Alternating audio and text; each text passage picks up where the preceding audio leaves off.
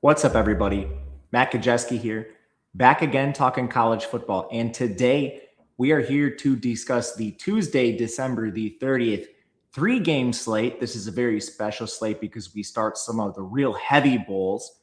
Before we get started, if you like this content, please consider subscribing to the channel, leaving a like on the video. Those two things help us immensely. It's how we get in front of new viewers and continue growing and being able to do this. Last thing, if you are somebody you know has a gambling problem, please call or text 1-800-GAMBLER. We will be discussing sides and totals as we break down these games. We are going to start things off with the first game of the day. This is not one of the heavies, but it is still a fun game. I like both these teams a lot. Louisiana Tech takes on Coastal Carolina. This is the Independence Bowl. It is in Shreveport, Louisiana, a lot closer to Louisiana Tech than Coastal Carolina. Spread is 10 points in favor of La Tech. The total is 51. We are going to first discuss coaching changes, get into injuries, opt-outs, and then we'll talk resume before we get into the actual X's and O's and matchups you need to know about. For Louisiana Tech, no major coaching changes for this team. Coastal Carolina did fire their head coach, Tim Beck. Their OC, Drew Hollingshead, should be there, so at least you have the same play caller for Coastal Carolina. For Louisiana Tech, injury-wise, Blake Baker, their QB, is out. They've used multiple QBs this year. Probably not the biggest deal, but he's the big injury you need to know about. There are a lot of opt-outs and transfers for this team. Evan Bullock, their third-string quarterback, is in the portal. Omiri Wiggins, one of their running backs. Makai Mason at linebacker. Michael Richard at safety. Jacob Fields at safety. Jakari Foster, he's going to the NFL draft. And Jamal Shelby at corner. A lot of those guys aren't going to play. Some of them will. So we'll get into that case-by-case basis. But the big place to worry about is the secondary with Louisiana Tech. For Coastal Carolina, they have a lot of injuries. Their QB, Samari Collier, got hurt at the end of the season. I don't think he plays, but that's not 100% certain. They have two offensive linemen that are injured as well. Nick Del Grande, who's also in the portal, he missed week 14. Their center, Zach Elam, has been missing time. They've rotated that a little bit. I think he's going to go, but I'm not 100% sure. Both their stud linebackers, Shane Bruce, White Gideon, have been out. One of their corners, Miles Muyung, also missed week 14. For opt-outs, you're looking at a couple guys in the portal so far. Nick Del Grande, Joseph Hansen are a few. Coastal Carolina is also going to be far from full strength, but with them, it's more across the entire roster, whereas Louisiana Tech is kind of concentrated to that secondary. Resume-wise, to get here, Louisiana Tech did play some quality opponents. Their losses, a few of them weren't as forgiving, but they played LSU really close, 23-7. They did get blown out by Kennesaw State, which isn't great. Western Kentucky, they lost by a point. Delaware, they lost by a point. And then they got blown out against Washington State. Their wins over bowl-eligible teams, only two of them, Southern Miss by 10 and Missouri State by 12. Not the best resume. It's a low-level program. As for Coastal Carolina, they didn't beat a single bowl team. They technically have a win over App State, who made a bowl, but App State was a 5-win team who made bowl eligibility on a technicality after there were so many opt-outs from 6-6 teams and just teams better. So kind of a tough look. They did lose to Virginia, got blown out. Lost to East Carolina, got blown out in shutout, got blown out by Old Dominion, blown out against South Carolina, blown out against James Madison. The only loss they kept close was Georgia Southern by 5 points. So both these teams a little bit weaker on the resume side as we head into this game. Let's go with the Louisiana Tech offense first. They're going to be using Trey Kukuk at quarterback, who has played a fair amount this season already. He is very mobile. As a passer, he's somewhat limited, 65% completion percentage, only 5.9 yards per attempt, only one big-time throw, 3 turnover-worthy plays. He did take 6 sacks, which on his playing time actually is a bit high. A 20% pressure to sack ratio is not ideal for Kukuk. But again, he didn't play a ton, and his best skill set, it comes on the ground. He's averaging 6.2 yards per carry, and when you look at him and Clay Thevenin, their lead running back, those two easily combined for over 1,000 rushing yards. And remember, Kukuk was not playing a lot to begin the season. And Thevenin, as a pass-catching back, he also caught 29 balls. This is a pretty good rushing attack. They were 26th in rushing efficiency this year. That is how they want to win games. Their pass rate is 122nd in the country. So this is a team that is running the ball top 15 in frequency in the country. When they do pass, not efficient. They were 115th. Their leading receiver was actually a tight end, Eli Finley, 440 yards for him. Devin Gandy was second at 376. Marley and Jackson, 283. Again, they're going to throw situationally. Eli Finley being a big-bodied tight end target helps them, but they're going to try to win on the ground. And when you look at the offensive line, this unit is a little bit questionable. The first thing to mention, interior offensive lineman Jonathan Dennis was not on the bold depth chart. He's their second best offensive lineman. I'm not sure what the deal is. He doesn't appear to be in the portal. It could be an injury. We just don't know. But that actually looks like a pretty accurate depth chart. So I'm not anticipating seeing him. When you just go across the board, without him, left tackle Hayden Chrisman, center Landon Nelson are your two players that are above average. Everyone else is going to struggle a little bit, at least according to their efficiency throughout the season. Right tackle Brett Canis is the weakest link by far. But then you also have Roy Brackens and Ashanti Cole at both guard spots. Neither of them even reached average. So you could be looking at 3 weak links, and maybe that is going to make things hard on like a Kukuk in the run game. We will see. But you're facing a Coastal Carolina defense that was 111th. They were 102nd in run defense, 110th in coverage, and they started getting blasted at the end of the season. They allowed at least 9.7 yards per pass, 6.0 yards per carry to each team in their last 3 games. I think the edge group is actually decent for this team. Their best unit by far was their pass rush. Zeke Campbell, Noah Arinze, and Ibrahim Diawara were actually all solid on the edge, so you go 3 there. But the interior is much, much weaker. You only have one above average player in Sawyer Gorham Welch. And then the linebacking position, this isn't their fault. Shane Bruce and Gideon got hurt. So they've had to turn to Dante Lunan and Trey Brown. The flat out truth is these guys are playing more snaps than anyone in the program would like, and it shows. The secondary, you have 2 good safeties, Miles Woods and Zamarian Gordon, but they rotate like 8 or 9 guys back here. And most of the corners are at least decent liabilities, if not major liabilities, outside of like a Jamarian Wayne. And that's evidenced by their 110th coverage ranking this season. So it's been kind of tough for Coastal Carolina. The only matchup advantage I'm a little worried about would be pass rush versus that offensive line for Louisiana Tech. But even when you break that down further, Louisiana Tech's offensive line, we talked about the 3 below average players. They're actually 62nd in pass blocking, 110th in run blocking. So that might even be a stretch. Ultimately, there's a lot of advantages for Louisiana Tech in this game. And offensively, I think they will be able to move the ball on the ground. When we get to Coastal Carolina, again, Samari Collier not expected to play at QB, so that probably returns us to Tad Hudson, the former 4-star from North Carolina. He just hasn't lived up to the recruitment. Right now, he played considerably this year.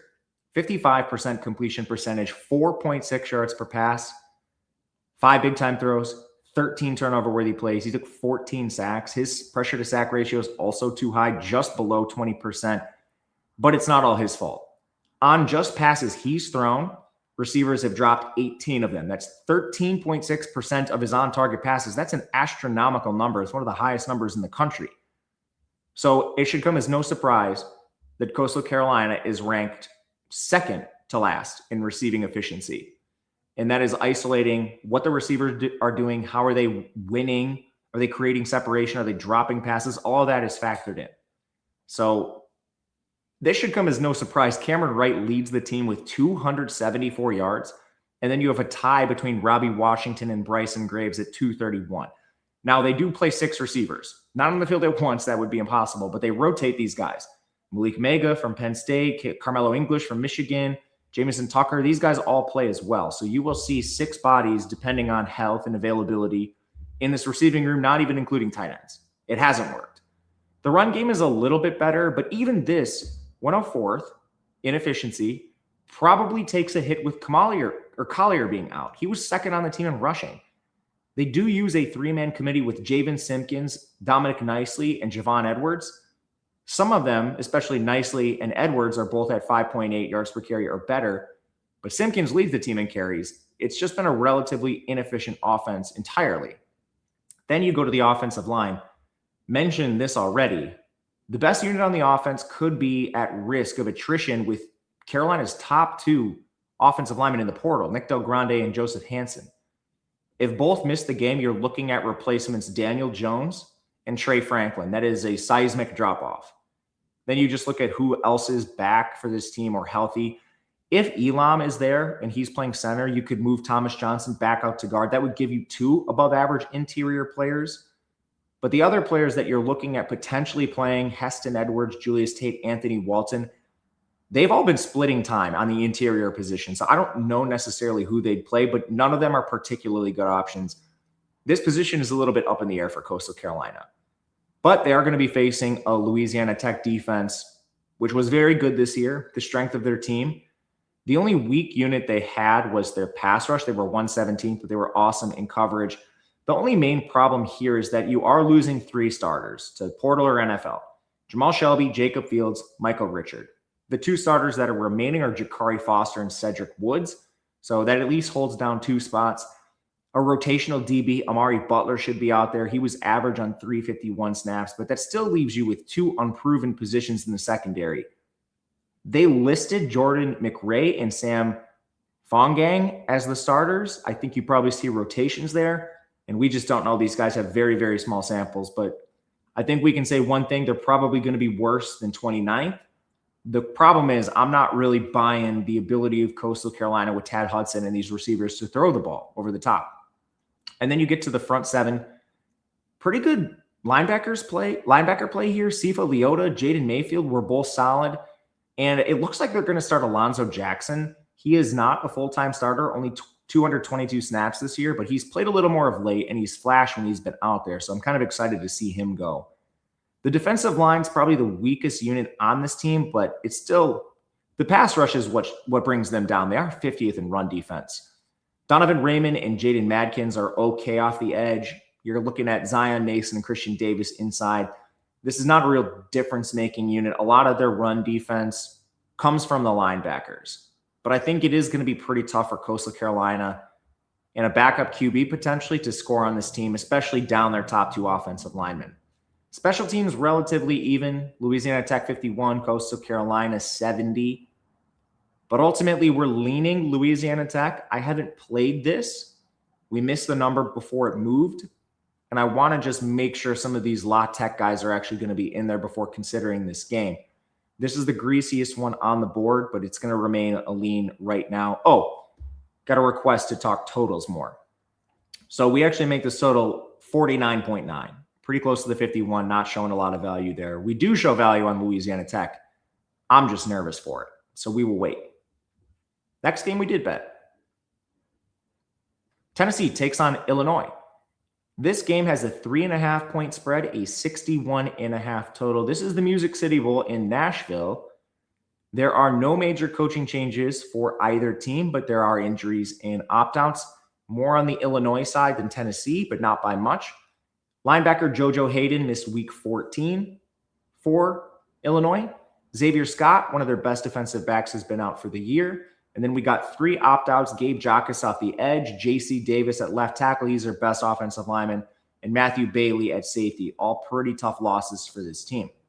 For Tennessee, Miles Kitzelman at tight end, he actually could be back. There were some vague comments from Joey Aguilar about potentially getting him back, which gives them options. We'll get there.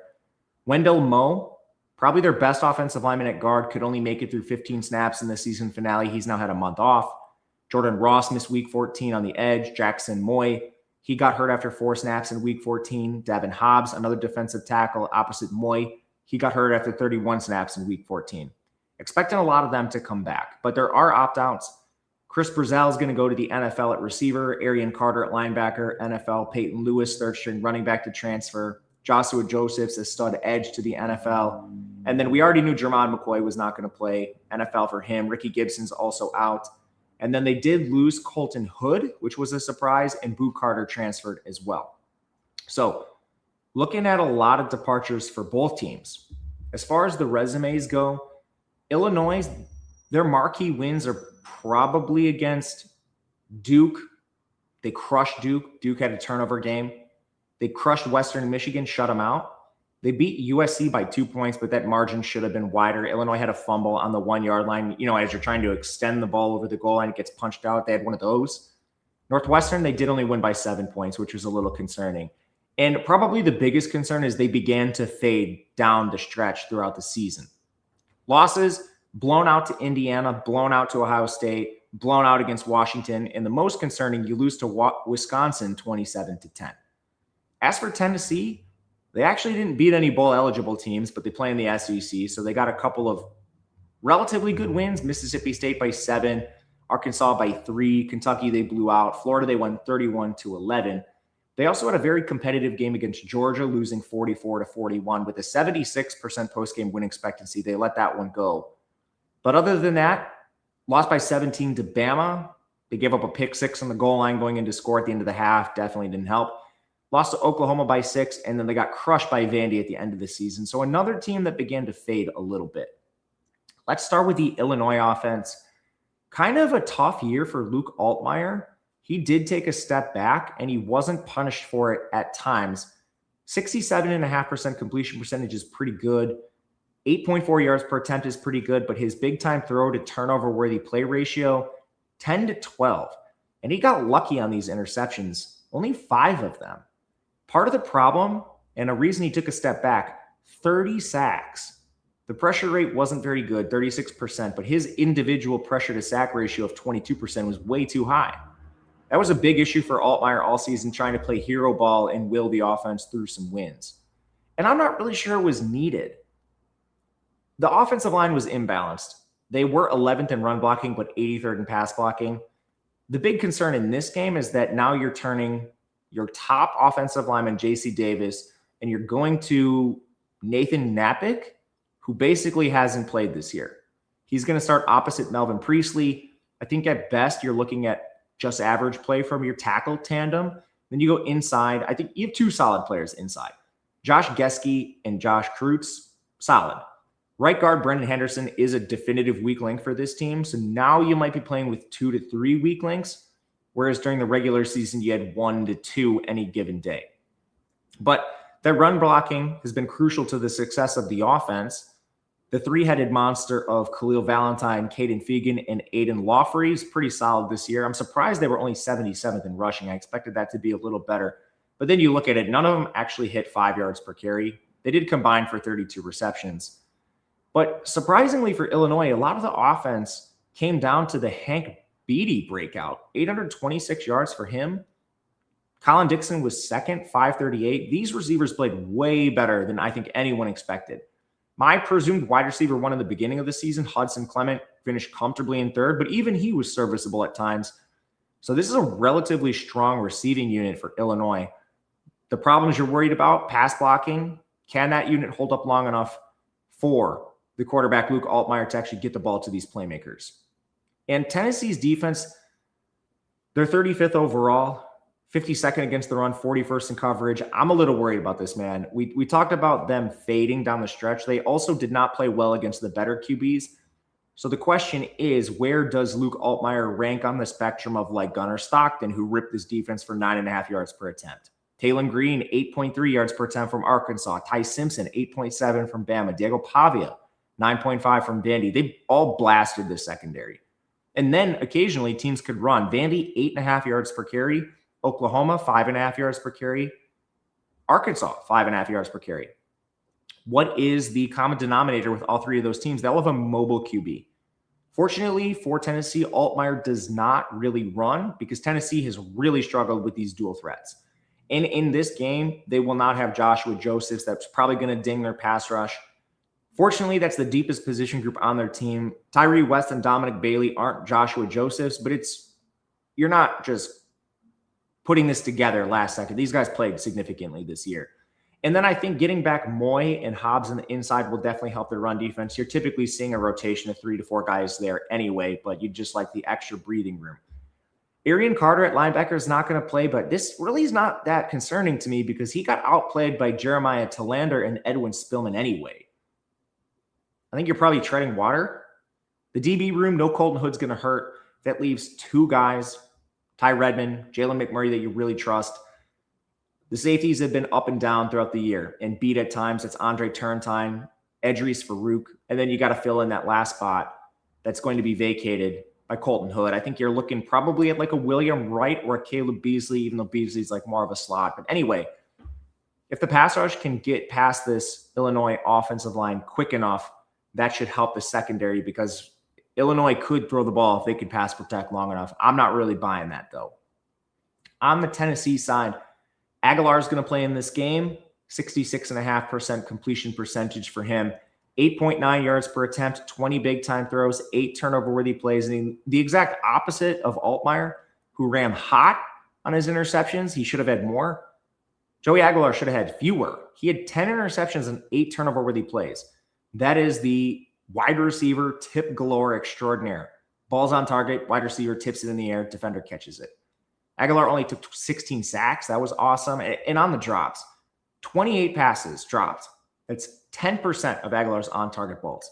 Now, that's probably not going to be helped with Chris Brazell going to the NFL. Over 1,000 yards for him. But Braylon Staley and Mike Matthews, 2 highly recruited players, both 4-stars. I believe one of them is a 5. I forget which one.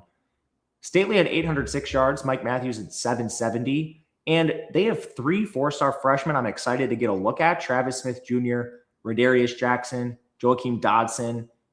Jackson is probably going to get the most looks, but I would be excited to see any of those 4-star freshmen. This is kind of what we saw from them last year when you got glimpses of Staley and Mike Matthews. They recruit receiver really well, so if you just lose one like Brazell, I'm not really worried about them. They were top 20 in receiving efficiency. And if that doesn't work, Deshaun Bishop is still there, 6 yards per carry. Star Thomas is still there, 5.6 yards per carry. Those two combined for over 1,500 rushing yards and 22 catches. Offensive line here has also been a little better than expected. We'll have to wait on Wendell Mo's status. Again, the month off should help him. And there is a drop-off. They go to Shamarad Umarov if he can't go. He's their like swing player on the interior. He's played a bit this year. It's not great. But when you have Wendell Mo, you combine that with Jesse Perry and Sam Pendleton, the interior is locked up. And then like this unit's 89th in run blocking. I think part of the problem was early in the year, David Sanders was hurt, and then it took him a little while to get going, the 5-star freshman right tackle. And Lance Hurd, I mean, he's basically a reclamation project from LSU, high recruit. He showed significant growth. He had a tough year last year.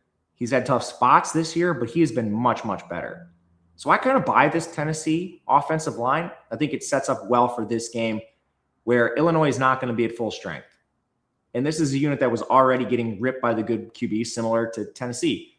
Darian Mensah, 9.1 yards per attempt. Mendoza was at 11.6. Jaden Mayava from USC, 8.6. Damon Williams of Washington, 8.6. Now, they were better against the run, but not by much. They kind of situationally got beat, like Wisconsin, 4.8 yards per carry. Washington, 4.8. Purdue was at 6. Indiana was at 6.4. The Big Ten has some weaker teams. So you got to kind of parse this a little bit.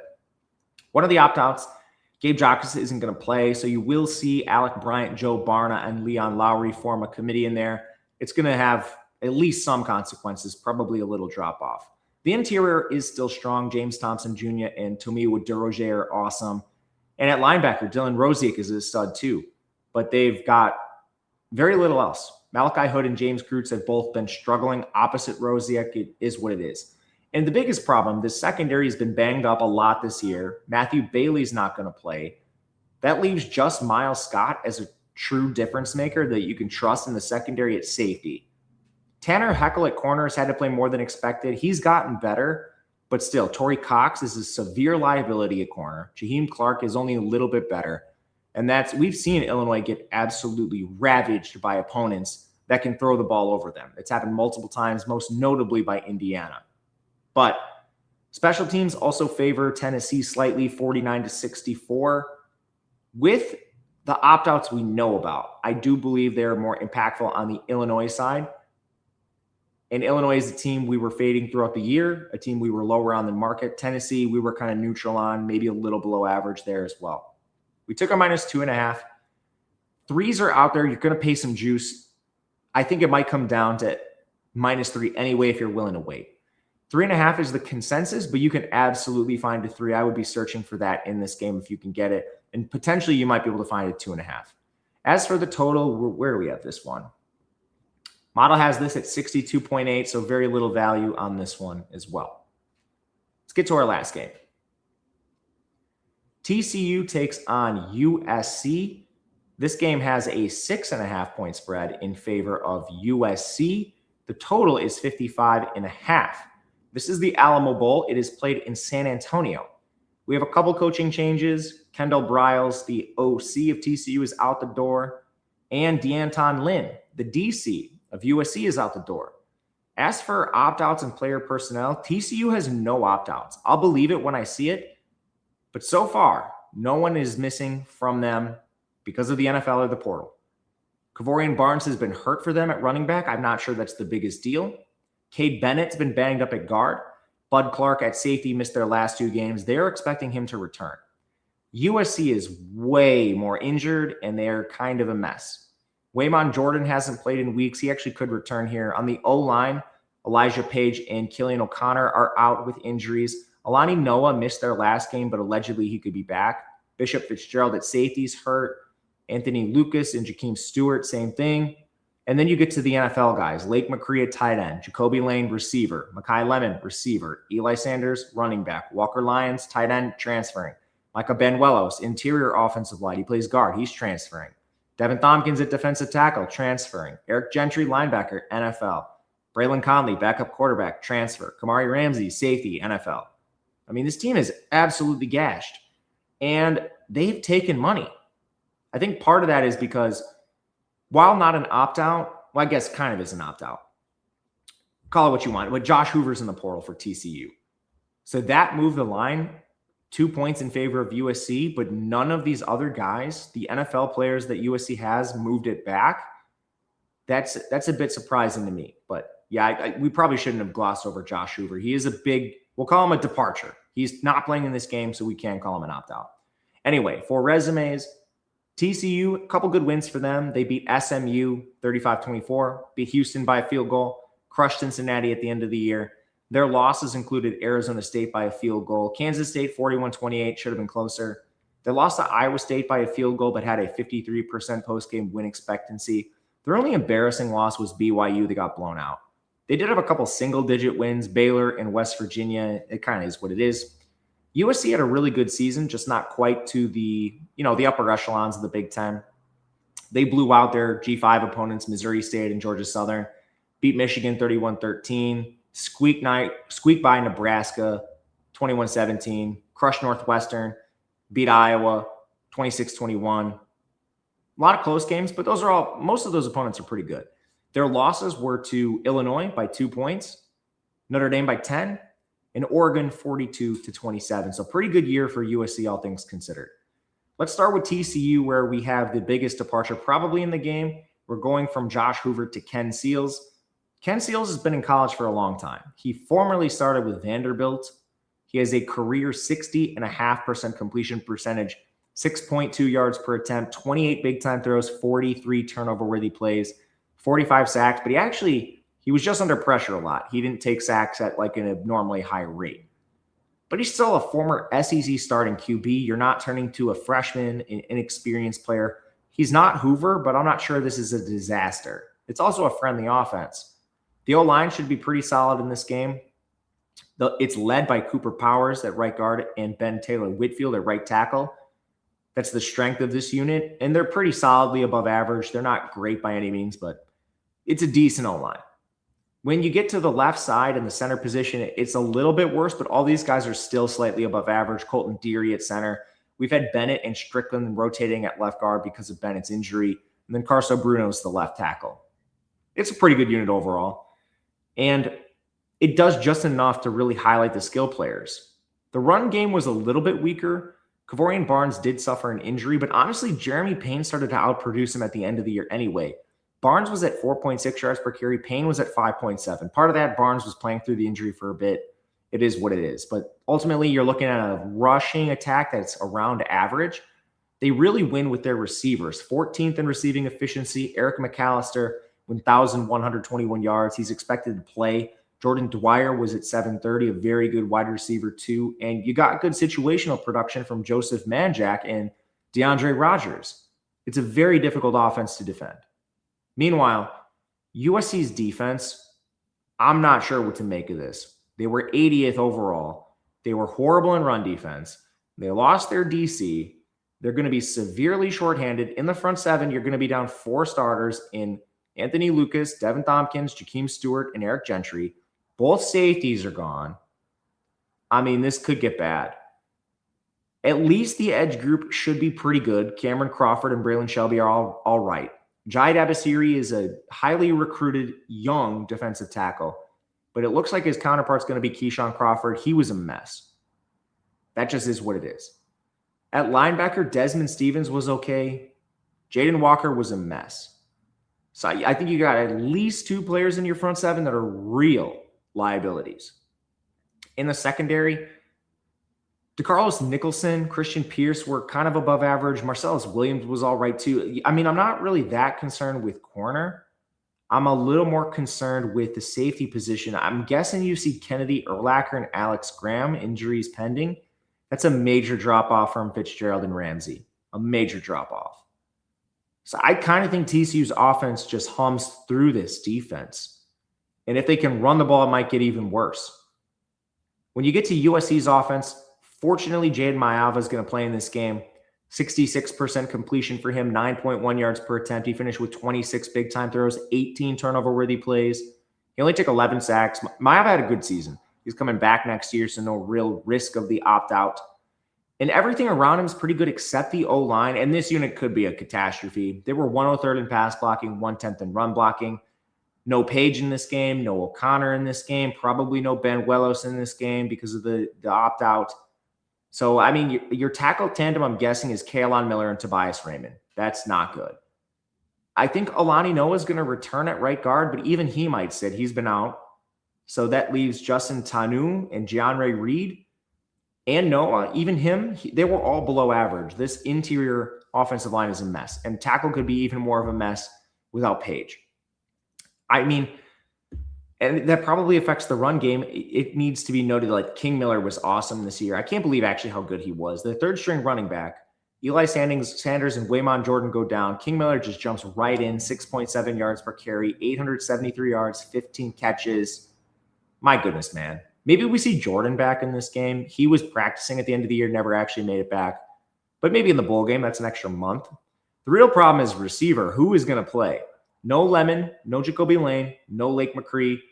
That's your top 3 receivers. Tanook Hines obviously is going to have to step up. He had 498 yards in the regular season, but no one else who's available had more than 117. That was Jaden Richardson. This unit should be significantly worse than they were in the regular season. Now, TCU's defense, they were 38th. They were very good against the run and very poor in pass rush and coverage. So that 9th-ranked run defense did a lot of the work here. First and foremost, that's good. You're matching up against King Miller. You got to figure out a way to stop the run. That is the most put-together unit on USC's offense as it stands.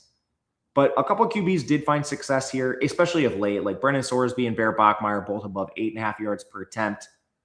They were much better against the run. As far as the defensive line, everyone should be here. Paul Olawale is in the portal, but he's going to play.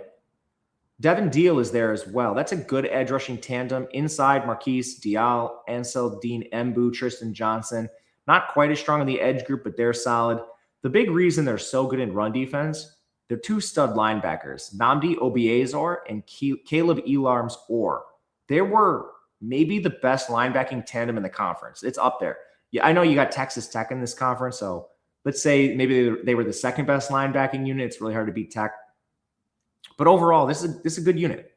And then they're expected to return their stud, heart and soul safety, Bud Clark. He'll play opposite Jamel Johnson. It's a very good tandem. Corner's a little weaker. Vernon Glover is good enough, but you do have some weaker links back there. But I'm not as worried without Lemon and Jacoby Lane. We'll see if Tanook Hines can do enough. And then special teams. USC was 121st this year. They had some kicking problems. TCU 67th. But ultimately, this comes down to how much you think these players are worth against the spread. Obviously, Josh Hoover's worth a lot. It's why the line moved in favor of USC. But I just find it so hard to believe we didn't get any buyback with Lake McCree, Jacoby Lane, Mekhi Lemon. I won't name everyone, but you get the point. I think this might go to 7. I haven't actually bet this yet. I'm going to. That's why it's listed as bet on the screen. I'll play a 6.5 if that's what needs to be done. But I'm hoping that we get a 7 out there. That will be something that we go to for sure the second it pops, if it does.